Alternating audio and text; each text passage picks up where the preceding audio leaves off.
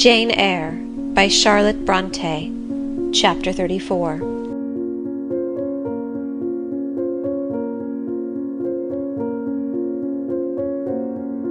It was near Christmas by the time all was settled. The season of general holiday approached. I now closed Morton School, taking care that the parting should not be barren on my side.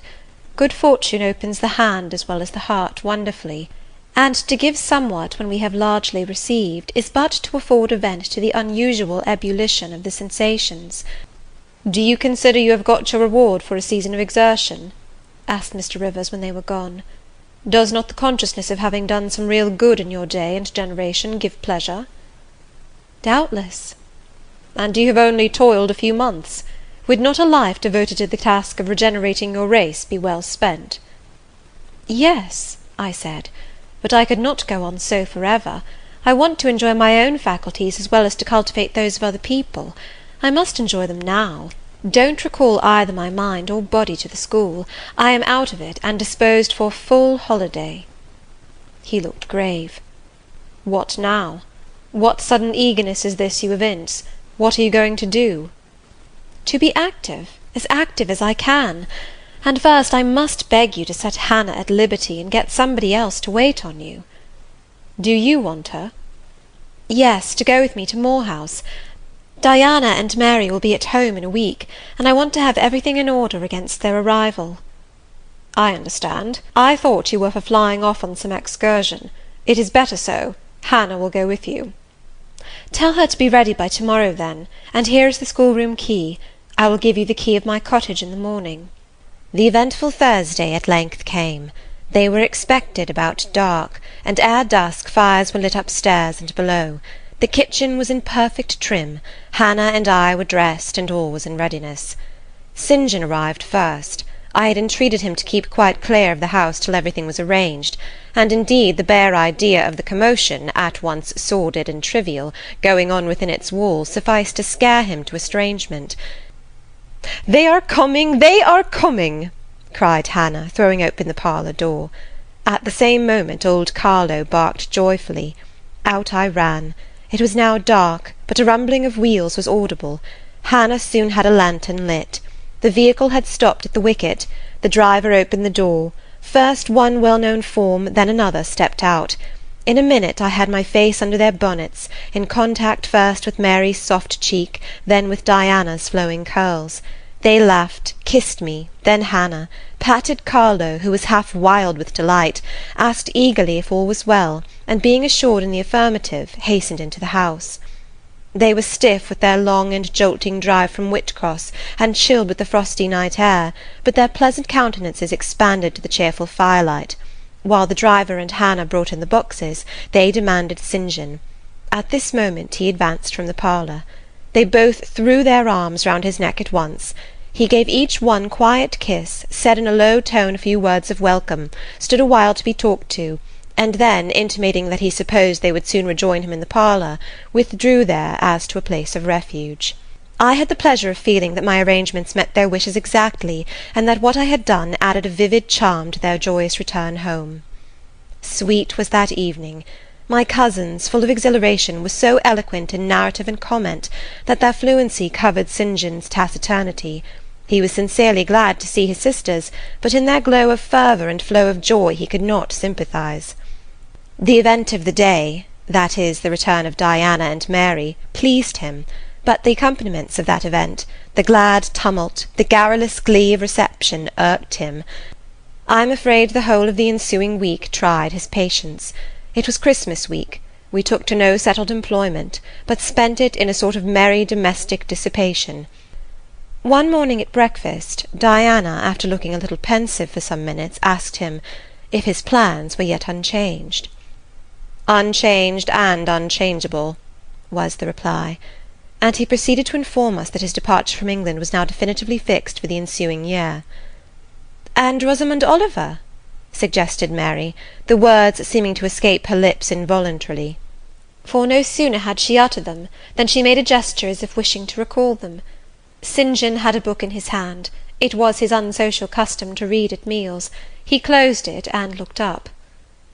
"Rosamond Oliver," said he, is about to be married to Mr. Granby, one of the best connected and most estimable residents in S., grandson and heir to Sir Frederick Granby.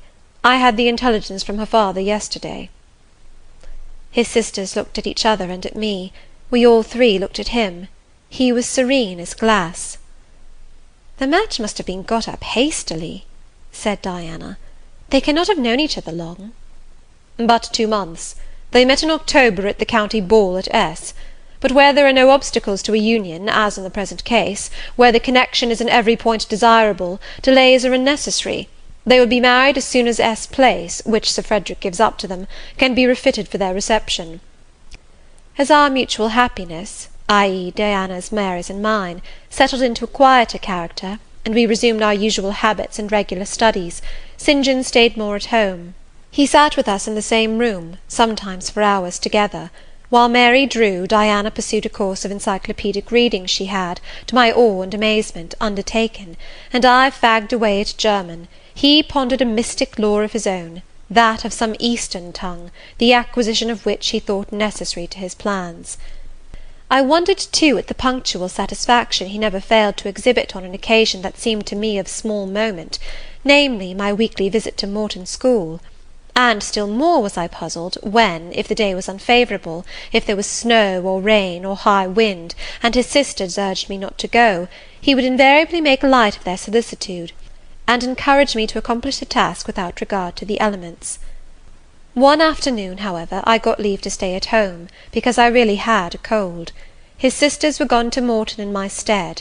I sat reading Schiller, he deciphering his crabbed Oriental scrolls. As I exchanged a translation for an exercise, I happened to look his way. There I found myself under the influence of the ever-watchful blue eye. How long it had been searching me through, and over, I cannot tell. So keen was it, and yet so cold, I felt for the moment superstitious, as if I was sitting in the room with something uncanny. "Jane, what are you doing?" "Learning German." "I want you to give up German, and learn Hindostani." "You are not in earnest?" "In such earnest that I must have it so, and I will tell you why." He then went on to explain that Hindostani was the language he was himself at present studying, that as he advanced he was apt to forget the commencement, that it would assist him greatly to have a pupil with whom he might again and again go over the elements. When Diana and Mary returned, the former found her scholar transferred from her to her brother. She laughed, and both she and Mary agreed that St. John should never have persuaded them to such a step. He answered quietly, "I know it." I found him a very patient, very forbearing, and yet an exacting master. He expected me to do a great deal, and when I fulfilled his expectations, he in his own way fully testified his approbation. I fell under a freezing spell. When he said go, I went. Come, I came. Do this, I did it. But I did not love my servitude. I wished, many a time, he had continued to neglect me.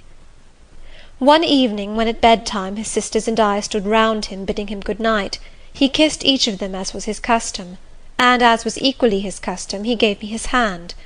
Diana, who chanced to be in a frolicsome humour, she was not painfully controlled by his will, for hers in another way was as strong, exclaimed, "St. John, you used to call Jane your third sister, but you don't treat her as such. You should kiss her too." She pushed me towards him. I thought Diana very provoking, and felt uncomfortably confused, and while I was thus thinking and feeling, St. John bent his head. His Greek face was brought to a level with mine, his eyes questioned my eyes piercingly. He kissed me. As for me, I daily wished more to please him. But to do so, I felt daily more and more that I must disown half my nature, stifle half my faculties, wrest my tastes from their original bent. Not his ascendancy alone, however, held me in thrall at present. Of late it had been easy enough for me to look sad. A cankering evil sat at my heart, and drained my happiness at its source, the evil of suspense. In the course of my necessary correspondence with Mr. Briggs about the will, I had inquired if he knew anything of Mr. Rochester's present residence and state of health; but as St. John had conjectured, he was quite ignorant of all concerning him. I then wrote to Mrs. Fairfax, entreating information on the subject. I had calculated with certainty on this step answering my end, I felt sure it would elicit an early answer. I was astonished when a fortnight passed without reply; but when 2 months wore away, and day after day the post arrived and brought nothing for me, I fell a prey to the keenest anxiety. I wrote again. There was a chance of my first letter having missed.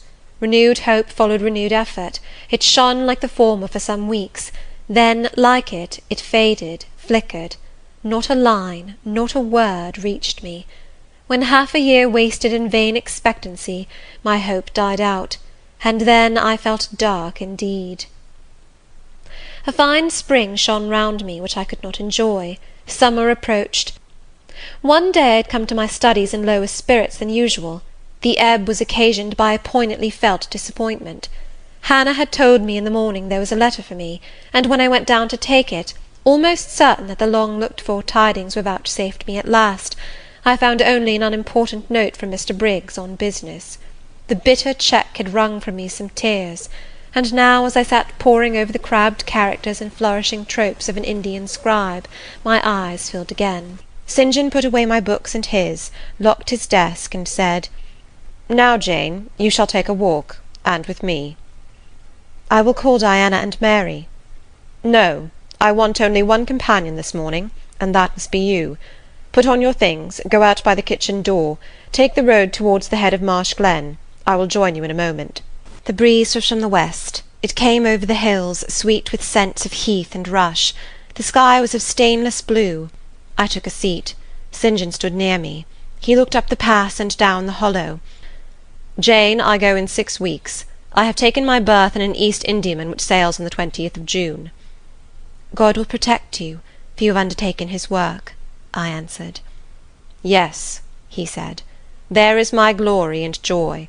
I am the servant of an infallible master. It seems strange to me that all round me do not burn to enlist under the same banner, to join in the same enterprise." "All have not your powers, and it would be folly for the feeble to wish to march with the strong." "I do not speak of the feeble, or think of them. I address only such as are worthy of the work and content to accomplish it." "Those are few in number, and difficult to discover." "You say truly; but when found, it is right to stir them up. If they are really qualified for the task, will not their own hearts be the first to inform them of it?" "And what does your heart say?" demanded St. John. "My heart is mute, my heart is mute," I answered, struck and thrilled. "Then I must speak for it," continued the deep relentless voice. "Jane, come with me to India. Come as my helpmeet and fellow labourer." The glen and sky spun round. The hills heaved. It was as if I had heard a summons from heaven, as if a visionary messenger, like him of Macedonia, had announced, "Come over and help us." But I was no apostle. I could not behold the herald. I could not receive his call. "Oh, St. John," I cried, "have some mercy!"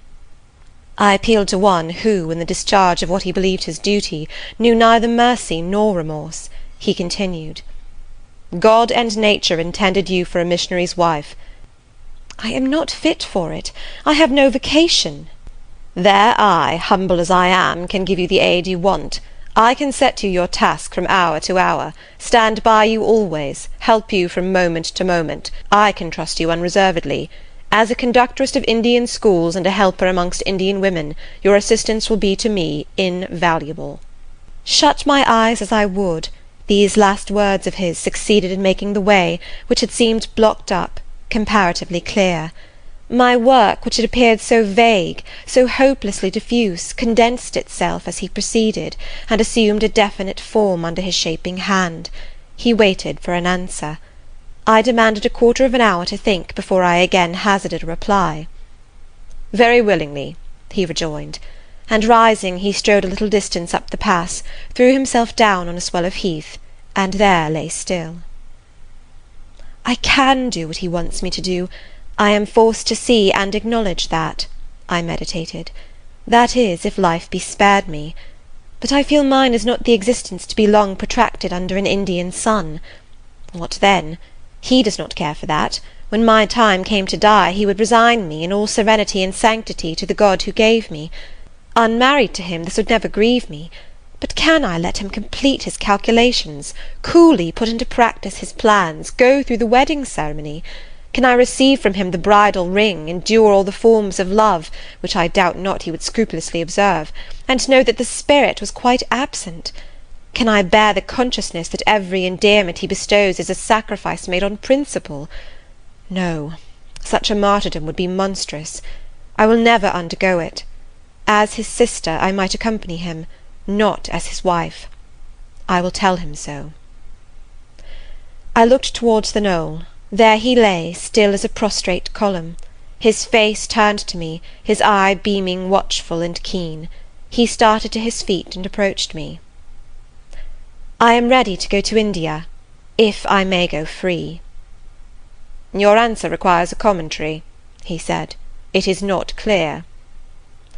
You have hitherto been my adopted brother, I your adopted sister. Let us continue as such. You and I had better not marry. He shook his head. Adopted fraternity will not do in this case. If you were my real sister it would be different. I should take you and seek no wife. But as it is, either our union must be consecrated and sealed by marriage, or it cannot exist. Practical obstacles oppose themselves to any other plan. Do you not see it, Jane? Consider a moment. Your strong sense will guide you. St. John, I returned, I regard you as a brother, you me as a sister, so let us continue. Well, well, to the main point. The departure with me from England, the cooperation with me in my future labours, you do not object. To do so you must have a coadjutor, not a brother, that is a loose tie, but a husband. I, too, do not want a sister. A sister might any day be taken from me. I want a wife, the sole helpmeet I can influence sufficiently in life, and retain absolutely till death. I shuddered as he spoke. I felt his influence in my marrow, his hold on my limbs.